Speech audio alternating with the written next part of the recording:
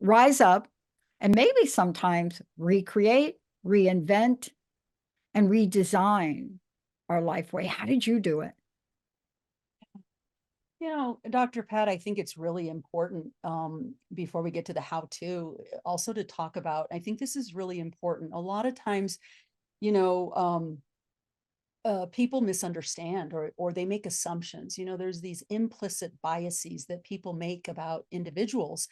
And, something that I think is really important is, I got to this place because of pain. I got to this place because I was struggling. And one of the questions you asked right before we had taken a break is, have you ever been in those places where you didn't think you could keep going?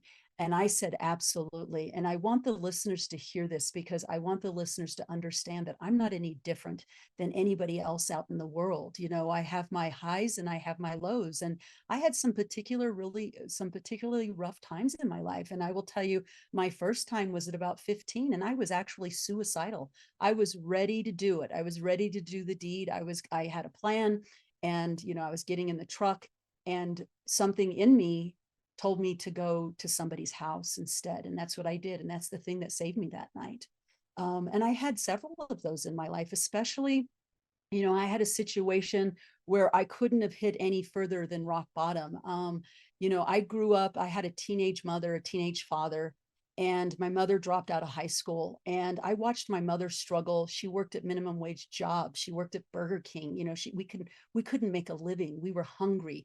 And I always told myself, I will never be like her. I will never be like her, meaning uh, with children, no job, and unable to take care of myself. And here's the irony about this, Dr. Pat. When I was 34 years old and I had my son, my partner literally walked out of the door and left me alone with my child. And within the same week, I got a call that I did not have a job.